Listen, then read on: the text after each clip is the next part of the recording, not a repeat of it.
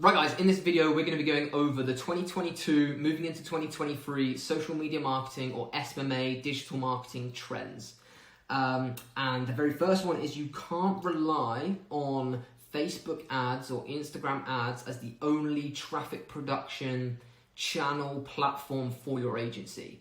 Now, this is obviously on the back of iOS 14 removing loads of targeting and kind of reducing or decreasing the results you get for some clients. And I say some clients because a lot of our clients, more clients than clients that have been affected negatively, are actually getting better results now than we did before in certain aspects. So don't take that word for word. Obviously, iOS 14 has brought tremendous implications on the marketing industry, on social media marketing, through the removal of tracking options, through the removal of certain targeting options.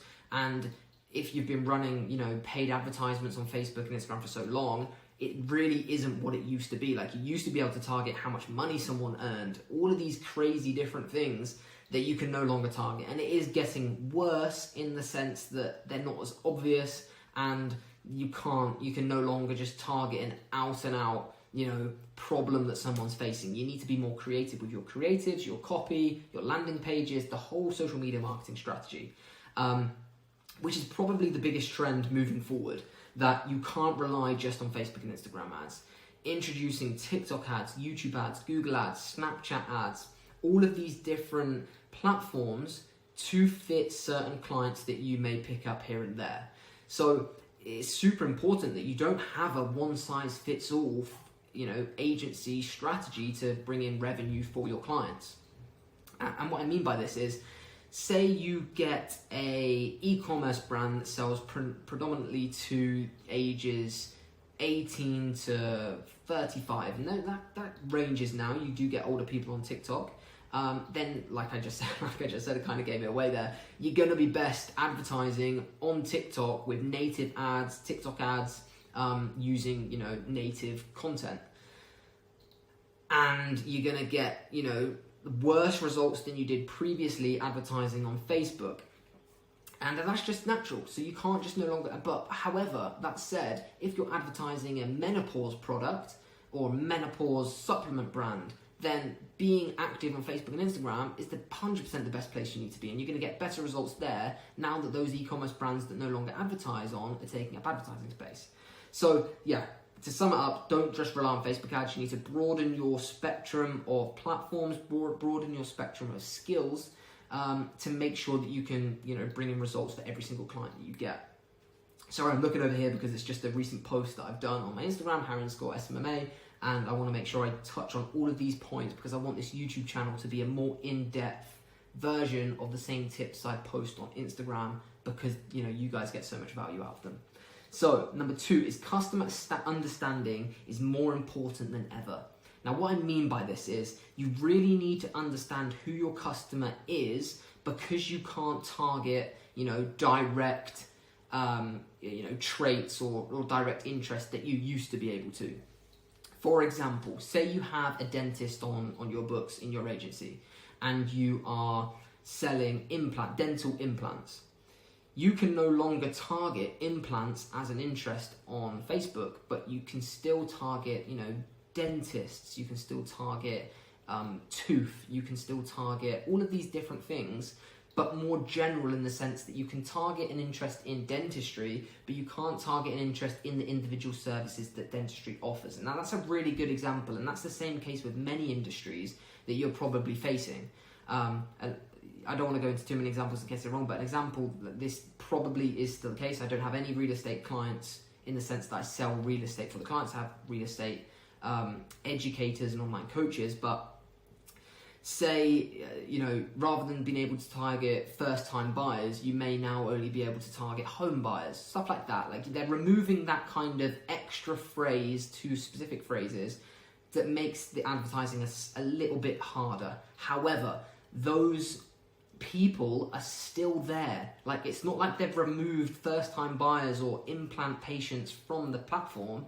They're just not as easy to pinpoint for privacy reasons. So what I mean by understanding your customers a lot more is, how can you talk directly to them? So say instead of just talking to implant patients, now you're talking to dentistry patients as a whole. So you need to understand the pain points more specifically, so you can target them and capture just the implant patients within that broader targeting.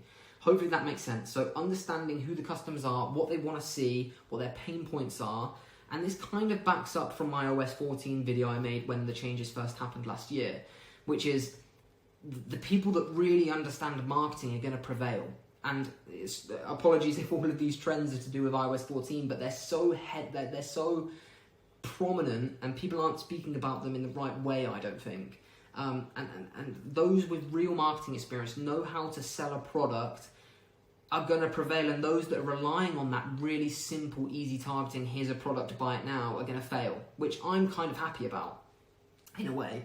Number 3 is building digital assets that you own. So this is huge, because if iOS 14 has told you anything, it shows that traffic that you don't own can be taken away at any point if the person that owns that traffic, Facebook in this case, or if you're relying on certain Instagram pages to leverage off, if they disappeared, you don't own that traffic, so you can't advertise it. So if you owned a traffic source of 100,000 emails, then you can use that for lookalike audiences, you can use it for custom audiences, you can use it for email marketing, for essentially free, in the sense that you don't have to pay to leverage that audience. So if you don't have an aspect of your marketing campaign or an aspect of your brand awareness, your growth campaign for your clients or even your own businesses, then you are going to fail, because you're not going to fail, but you're going to find it very difficult moving forward if you aren't trying to grow a digital asset that you own. Like I say, that can be an Instagram following, a Facebook following, a YouTube subscriber following, a podcast following, an email list. Anything to generate an asset that you own is going to be super important. The next one is AI making creative more important. Now that kind of feeds on to the first part of this video, in the sense that the targeting is being removed. And for conversion campaigns, you have to always have the tick box that says, allow Facebook to show this to people outside of your audience bracket. Now, I always turn that off for traffic campaigns, and I always turned it off for conversion campaigns previously, because I wanted to make sure that, the Facebook strategy that I implement is very scientific. So if I'm then getting results off the back of something that I didn't actually have in my strategy, then I don't know what that is. Obviously, you can look on the back end of the breakdown of the results, but now that's being removed slightly from Facebook. It makes that more difficult. So AI is making things easier for you because they're doing the jobs for you, which is great. Trust Facebook for a lot of the things that they do. I know that's really hard to hear for a lot of you, because it is for me as well. But that does leave an impact on the creative and the copies that you create. Because if say, and I keep using the dental industry, say you've got free targeting options to do, every other dental practice has those same free targeting options, and they probably don't, but a lot of them will have people running ads for them currently. So it then comes down to which creative stands out the most, which copy stands out the most, who's better at hitting pain points, who has the best offer. So that's kind of what I mean there. And then my final point is faceless SMMAs will fail. And I say this with a big smile on my face, because I don't like faceless SMMAs. I don't like social media marketing agencies where you start an agency, you give him that job, him in India that job, him in the UK that job, him in the US that job, and the client gets a terrible experience. The amount of time a client have come to me and said, I will literally work with you if you can guarantee you don't outsource any of your work, because I'm sick to death of not being able to get hold of the people that are running certain parts of my marketing, certain parts of my SEO, and I don't know what's going on because the business owner doesn't know what's going on, and it's just a mess. So I think faceless SMMAs, where people are too scared to get on cold calls, people are too scared to get on Zoom calls to go through strategy with a client, or people that are too scared to face up a problem with a client, you're never going to get to that £10,000 a month mark consistently, because your agency is just going to fall apart. Yes, you might start an agency, sign 10 clients that gets you to £10,000 a month, but Will you stay at that level for a year? Probably not, because you're not backing up the service that you're selling to these customers. So faceless SMMAs, bring yourself to the front. You are your biggest USP if you have any skill set whatsoever.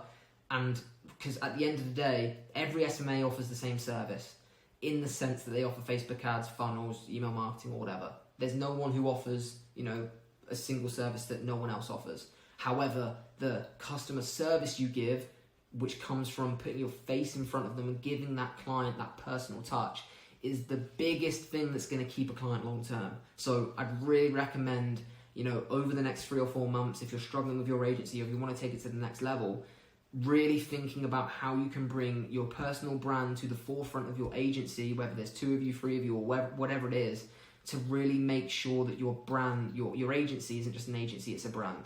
So I'm going to leave you on that note, guys. Hope you enjoyed that video. Let me know what you think below. Like, comment, subscribe, follow me on Instagram, follow Tom on Instagram. All the links will be in the description. And yeah, have a great day, and we'll see you in the next one.